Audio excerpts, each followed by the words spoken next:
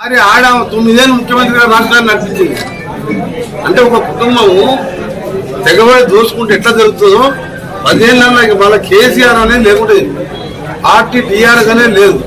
నేను ఎప్పుడో చెప్పిన పార్లమెంట్ అసెంబ్లీ ఇచ్చినప్పుడు పార్లమెంట్ ప్రచారం చెప్పిన 4వ తారీఖు తర్వాత బీఆర్ఎస్ పార్టీ ఉండదు. ఇవాళ ఢిల్లీలో దీనికి ఖండితమని చెప్పాలి. సంతోష్, వినోద్ కుమార్, సంతోష్ రావు, ఇంకొక ఆయన నమస్తే తెలంగాణ ఎంపీసీ ఉంటే రాజ్యసభ ఎంపీ ఆయన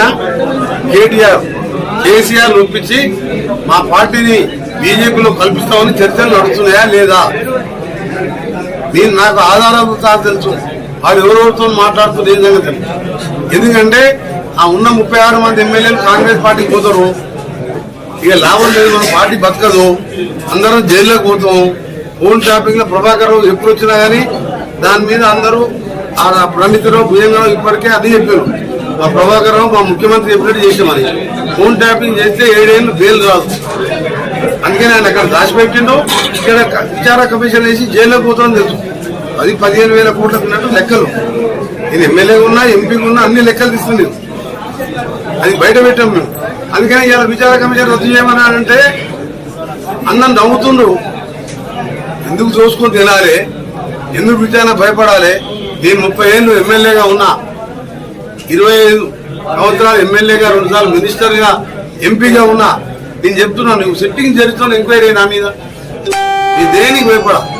నేను 7 సార్లు నామినేషన్ ఇస్తే 7 సార్లు గదే అప్పుడే పెట్టు. 7 సార్లు నేను నల్గొండలో ఉన్నాయి. 30 ఏళ్ళకి తీసుకున్న కిరాయింటనే ఉంటా. మళ్ళీ రోజు ఎవరైనా చదువుకున్నా, ఎవరైనా చనిపోయినా, నాకు సంబంధం లేనివాళ్ళైనా, వేరే పార్టీ వాళ్ళైనా, నీ దగ్గర పక్కకి రెడ్డిగూడెం అనే ఊరు ఉంది. ఒక డీసీఎం డ్రైవరు భార్య పిల్లలతో బతకనికి హైదరాబాద్ వస్తే భార్య కొడుకు ఆయన కాని మాంసం ముద్దలైపోయాడు. ఒక చిన్న పిల్లగాడు మిగిలిండు, 7 ఏళ్ళ పిల్లగాడు మిగిలిండు. 2 చచ్చిపోయారు, అమ్మ నాయన ఒక కొడుకు. నేను రాలే టైం ఢిల్లీలో ఉండి మా గిరికి చెప్పి కృష్ణమూర్తిని పంపించి 2 లక్షల రూపాయలు ఇచ్చి ఆ పిల్లగాడిని సాదుకుంటానని చెప్పి ఇవాళ సెంట్ గ్రామర్ స్కూల్లో జాయిన్ చేసుకొని అప్సిగూడలో జాయిన్ చేపించి నేను నా భార్య చూసుకుంటున్నాను. నాకు ఆ ఊరు ఆయన కాంగ్రెస్ అని తెలియదు, నేను ఏ పార్టీ అని అడగలే. కానీ టీవీలో చూసినా ఢిల్లీలో ఉన్నా. ఎప్పుడైనా ఉన్న జగదీష్ రెడ్డి ఇక్కడ ఉన్న ఎమ్మెల్యే ఎవడన్నా ఒక్కదానికన్నా సాయం చేసిందా? ఎంతసేపు దోసుకోవాలి, ఇసుక అమ్ముకోవాలి, అది అమ్ముకోవాలి, మంది మీద కేసులు పెట్టాలి, ఇదే పని కదా.